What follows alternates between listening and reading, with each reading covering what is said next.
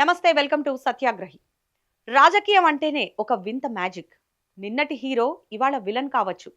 ఇవాళ విలన్ అనుకున్నవాడు రేపు పొద్దున కల్లా సూపర్ హీరో అయిపోవచ్చు.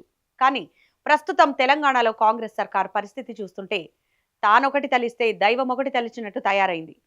ఎన్నికలప్పుడు లక్ష కోట్లు అని ఉదరగొట్టిన గొంతులు ఇప్పుడు ఆ 1,00,000 కోట్ల లెక్క ఎటుపోయిందో అర్థం కాక సచివాలయంలో తలలు పట్టుకుంటున్నాయి. మేడిగడ్డ బ్యారేజీ మీద పడ్డ గండి కంటే కాంగ్రెస్ వ్యూహంలో పడ్డ గండి ఇప్పుడు చాలా పెద్దగా కనిపిస్తోంది. ముఖ్యమంత్రి రేవంత్ రెడ్డి వేసిన మాస్టర్ ప్లాన్ రివర్స్ కొట్టిందా? కేసీఆర్ ఇరుకున పెట్టబోయి రేవంత్ రెడ్డి లైన్లో ఇరుక్కుపోయారా? పాలమూరు సభలో రేవంత్ రెడ్డి అంతలా ఊగిపోవడానికి కారణం ఓటమి భయమా? ఇవాల్టి మన స్పెషల్ వీడియోలో తెలంగాణ పాలిటిక్స్ ఇన్నర్ స్టోరీని పూసగుచ్చినట్టు విశ్లేషిద్దాం రండి.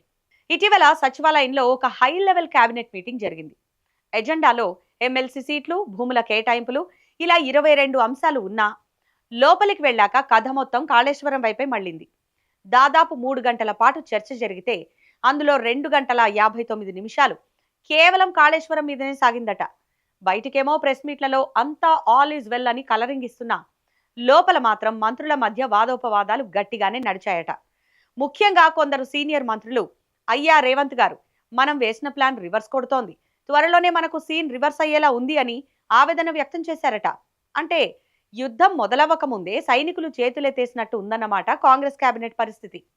ఇక్కడ హైలైట్ పాయింట్ ఏంటంటే అదేనండి, ఎన్నికల ముందు వీళ్ళు వాడిన బ్రహ్మాస్త్రం 1,00,000 కోట్ల అవినీతి. ఎన్నికల ప్రచారంలో ఏ కాంగ్రెస్ నేతను అడిగినా ఈ 1,00,000 కోట్లు అనే మాట తడబడకుండా వచ్చేది. కానీ ఇప్పుడు కాళేశ్వరంపై విచారణ జరుగుతున్న పీసీ ఘోష్ కమిషన్ ఇచ్చిన ఇంటరిం రిపోర్ట్ చూసి మంత్రుల మైండ్ బ్లాక్ అయిందట. ఏంది, లెక్క తేలింది కేవలం 7,500 కోట్లేనా అని ఒకరి మొహాలు ఒకరు చూసుకున్నారట. మీరే ఆలోచించండి, మనం హోటల్కి వెళ్ళి బిల్లు 100 రూపాయలు అవుతుందనుకుంటే అది 10 రూపాయలు అయినట్టుంది ఈ లెక్క. ఇప్పుడు పొరపాటున సిబిఐ రంగంలోకి వస్తే, అయ్యా రేవంత్ గారు, మీరు 1,00,000 కోట్లు అన్నారు కదా, ఆ మిగిలిన 92,000 కోట్ల లెక్కలు చూపండి అని అడిగితే ప్రభుత్వం ఏం చూపిస్తుంది? మనం తొందరపడి ఎక్కువ అంచనా వేసి నోరు పారేసుకున్నామా అని ఒక సీనియర్ మంత్రి కేబినెట్లో గట్టిగానే అడిగేశారట. ఇప్పుడు ఆ 7,500 కోట్లను 1,00,000 కోట్లుగా ఎలా మార్చాలో తెలియక కాంగ్రెస్ నేతలు కొత్త మ్యాథమెటిక్స్ నేర్చుకుంటున్నారట. కేబినెట్ మీటింగ్లో మంత్రులను పీడిస్తున్న అతిపెద్ద భయం ఏంటంటే కేసీఆర్ మళ్లీ హీరో అవుతారేమో అని. దాదాపు ఏడాది కాలంగా ప్రాజెక్టు పని అయిపోయింది, కూలిపోయింది, ఇక పనికిరాదు అని ఊరంతా చాటింపు వేశారు. ఇప్పుడు గ్రౌండ్ లెవెల్లో రైతుల నుంచి ఒత్తిడి వచ్చేసరికి మళ్ళీ మేమే రిపేర్ చేస్తాం, నీళ్ళు ఇస్తాం అని వెళితే ప్రజలు ఏమంటారు? అరే, కేసీఆర్ కట్టింది కరెక్టే కదా, చిన్న రిపేర్ వస్తే ఇంత హంగామా చేశారేంటి అని ప్రజలు అనుకుంటే ఇక కేసీఆర్ ఇమేజ్ గ్రాఫ్ రాకెట్లా దూసుకెళ్తుంది. అందుకే ఉత్తర తెలంగాణ మంత్రులు గజగజ వణికిపోతున్నారట.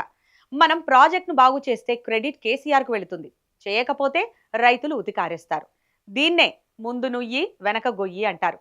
అందుకే రేవంత్ రెడ్డి ఇప్పుడు తెలివిగా ఈ పాపం కేంద్రంపై నెట్టేయాలని ప్లాన్ మార్చారు. రాష్ట్రం కాకుండా కేంద్రమే సిబిఐ విచారణ వేయాలని కోరడానికి ఢిల్లీ వెళుతున్నారు. ఒకవేళ కేంద్రం ఒప్పుకోకపోతే చూసారా, బీఆర్ఎస్ బీజేపీ రెండు ఒకటే, అందుకే విచారణ చేయడం లేదు అని పొలిటికల్ డైలాగ్ కొట్టొచ్చనేది రేవంత్ ప్లాన్. ఇక ఈ టెన్షన్స్ చాలవన్నట్టు మొన్న పాలమూరు సభలో సీఎం రేవంత్ రెడ్డి అసలు సిసలైన రౌద్ర రూపాన్ని చూపించారు.